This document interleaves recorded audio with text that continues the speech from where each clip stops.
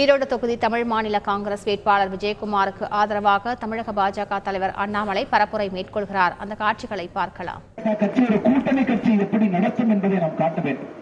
இன்னைக்கு எதிர்த்து பாரதிய ஜனதா கட்சி தலைமையில் ஒரு கூட்டணி அமைந்திருக்கிறது.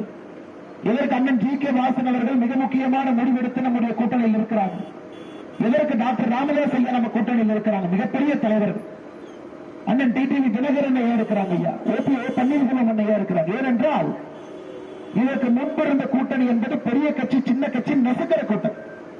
அதனால் யாரும் எங்கேயும் வளர முடியாது. தமிழகத்திலே நாம் ஒரு மாற்று அரசியலை காட்ட வேண்டும். அவர்களுக்கெல்லாம் நாம் வேறு விதம் தனியா நிக்கிறோம். நாங்கள் 2026 ஆட்சி மாற்றம் வர வேண்டும் என்றால் நம்முடைய கூட்டணியை நாம் எப்படி நடத்துகின்றோம் என்பதை மக்கள் பார்ப்பார்கள். நம்ம கூட இருக்கக்கூடிய கட்சி எப்படி நம்ம வச்சிருக்கிறோம், எப்படி மரியாதை கொடுக்கின்றோம், அவர்களுக்காக களத்தில் எப்படி வேலை செய்கின்றோம் என்பதுதான் சான்று.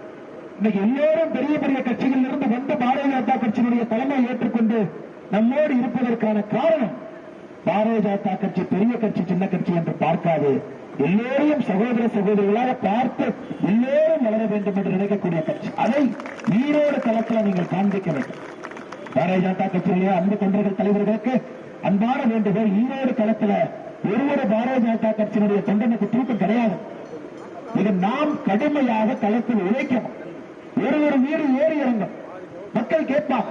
ஏன்னா நம்ம மத்த கட்சி மாதிரி முதல் முறையா வரலைங்க. 10 ஆண்டுகள் ஆட்சி இருந்துவிட்டு 5 ஆண்டுகள் கேட்கிறோம். 10 ஆண்டுகள் இருந்துட்டு கேட்கிறோம். மக்கள் கேள்வி கேட்பாங்க, அண்ணே 10 வருஷத்துல என்ன பண்ணிருக்கீங்க? சில பேர் சொல்லுவாங்க, அண்ணே சூப்பரா பண்ணிருக்கீங்க, நீங்க வரவே வேண்டாம், ஓட்டு போட்டுறேன். சில எதிர்கட்சி நண்பர்கள் முதலாவது பேசுவாங்க, அண்ணே நீங்க என்ன பண்ணிருக்கீங்கன்னு சொல்லுங்க, அதன் பிறகு ஓட்டு போ. ஆனால் நம்ம எல்லோருக்கும் தெரியும், கூட்டணி கட்சியினுடைய தலைவர்கள் தொண்டர் என்று கொண்டிருக்கின்றோம். எல்லோருக்கும் தெரியும் 10 ஆண்டுகள்ல இந்தியா இதுவரை பார்க்காத ஒரு அரசு நம்ம கொடுத்திருக்கிறோம். இந்தியா இதுவரை பார்க்காத ஒரு அரசு. ஐயா நாட்டினுடைய வளர்ச்சி மட்டுமல்ல, ஒரு தனி மனிதனுடைய வளர்ச்சிக்கு நாம் முக்கியத்துவம் கொடுத்திருக்கிறோம். உதாரணத்துக்கு நம்ம ஈரோடு மாவட்டத்தை மட்டும் எடுத்துக்கீங்க. மோடி ஐயாவுடைய திட்டத்தில் அதிகமாக பயன் பெற்றிருக்கக்கூடிய ஒரு மாவட்டம் என்றால் அது ஈரோடு மாவட்டம் தாங்க. எந்த மாவட்டமும் கூட தமிழகத்தில் இந்த அளவுக்கு பயன் பெற்றது கிடையாது. நீங்க பாருங்க, 37,838 பேருக்கு பிரதமருடைய வீடு. முதல் முறையாக 37,000 குடும்பம் கான்கிரீட் வீட்டில, மோடி வீட்டில சந்தோஷமாக கௌரவமாக நிம்மதியாக கம்பீரமாக வீட்டில் வாழ்றாங்க.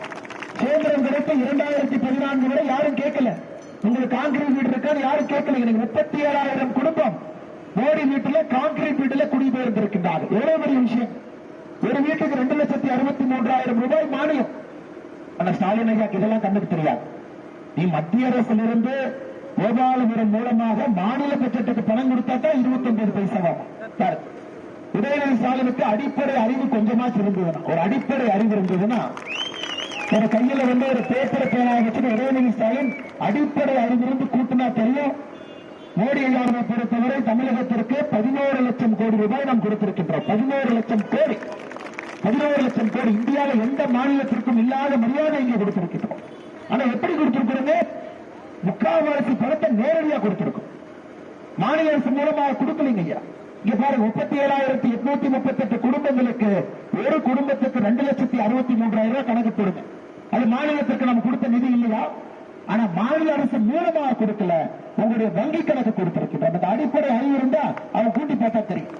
அதே போல இங்க பாருங்க, இங்க இருக்கக்கூடிய விவசாய பெருமக்கள் 95,782 விவசாய பெருமக்கள். ஐயா மறுபடியும் சொல்றேன், இது விவசாய. ஈரோடு தொகுதி தமிழ் மாநில காங்கிரஸ் வேட்பாளர் விஜயகுமாருக்கு ஆதரவாக தமிழக பாஜக தலைவர் அண்ணாமலை பரப்புரை மேற்கொண்ட காட்சிகளை பார்த்தோம்.